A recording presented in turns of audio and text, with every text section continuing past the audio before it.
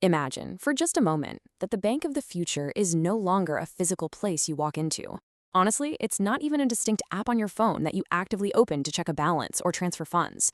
Imagine instead that the bank is an invisible layer, something seamlessly embedded into absolutely everything you do, every purchase you make, every business you run, every ecosystem you inhabit. Welcome to This Explainer. Today, we're diving deep into how technology, cybersecurity, and global climate initiatives are completely rewiring the foundation of finance as we know it. We're dissecting some massive, fundamental shifts in the industry, and trust me, this transformation is happening way faster than anyone predicted. To really wrap our heads around the sheer scale of this disruption, just take a look at this number, 17%. I want you to just let that sink in for a second. According to McKinsey Research, a new breed of mature financial technology companies, fintechs, has already claimed 17% of global banking industry revenues. So they aren't just snapping at the heels of the legacy industry anymore, right? They're actually taking a massive slice of the pie. This disruption has totally moved from being a mild irritant for big banks to a full-blown structural shift. And, it goes far beyond just launching new digital banks. As venture capitalist Angela Strange famously put it, the ultimate goal here is making every company a fintech company. So what does that actually mean for us? It means literally any company you interact with, whether that's a furniture retailer, a global logistics firm, or even your accounting software provider, is actively preparing to offer you financial services. The old exclusivity of banking is basically dissolving right before our eyes. Section 1, the end of traditional banking and the shift to invisible finance. Okay, let's dive right into this. To understand how the status quo is being so heavily disrupted, we have to look at the very architecture of these financial institutions. For decades, legacy banks relied on incredibly infrastructure-heavy models.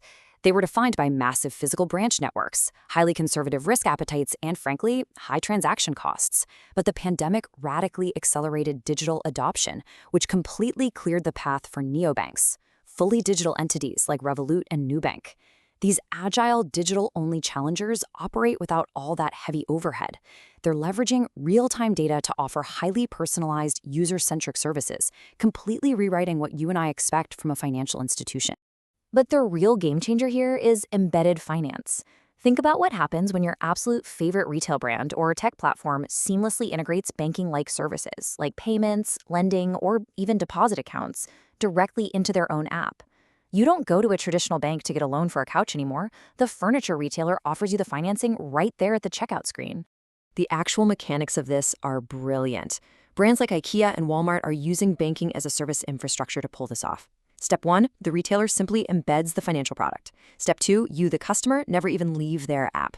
Your entire financial journey happens entirely within their ecosystem. And Step 3, the brand captures your loyalty and maximizes your lifetime value. It is, without a doubt, the ultimate retention strategy. And the crazy part? The technology is only getting more autonomous. We're currently witnessing a two-headed technological revolution: agentic AI and digital assets like stablecoins. Now, agentic AI refers to systems that can perform really complex tasks entirely on their own. Imagine having an AI copilot that automatically optimizes exactly where your money sits to get you the highest possible yield, shifting your funds instantly via stablecoins. This effectively dissolves the stickiness of traditional bank deposits. You are banking without banks, literally at the speed of light. Section 2. The new cyber battlefield, securing the invisible web. Now, as finance becomes this invisible, highly interconnected web of APIs and third-party vendors, a pretty massive complication arises.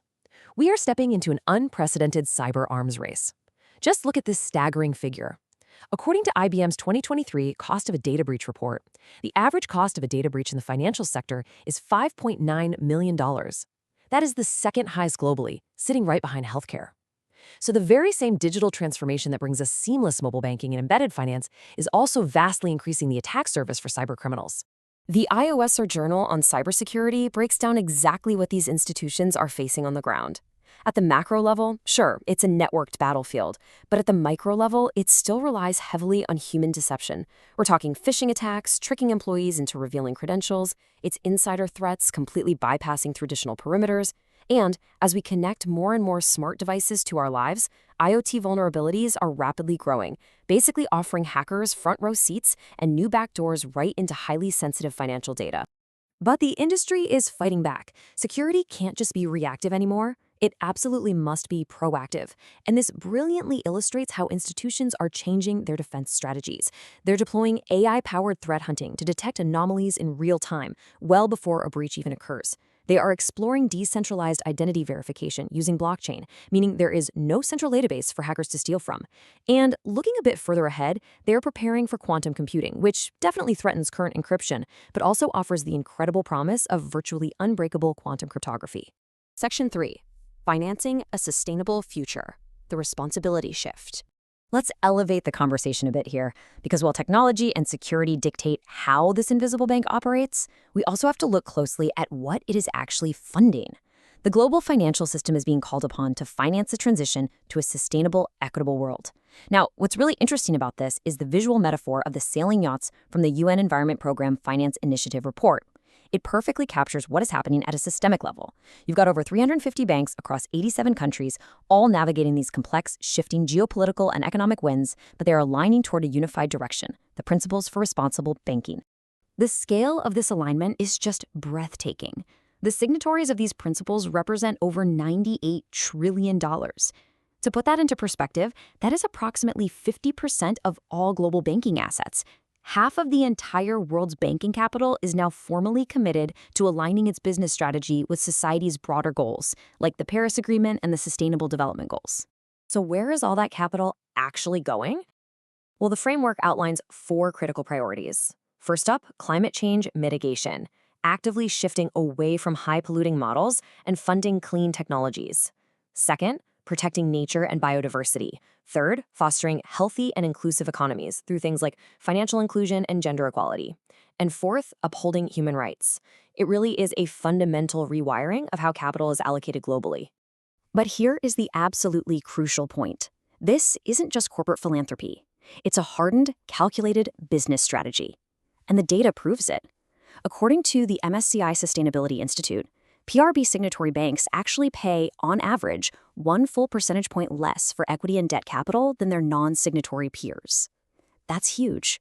Stronger sustainability performance translates directly to better risk management, which literally lowers the cost of doing business. Section 4.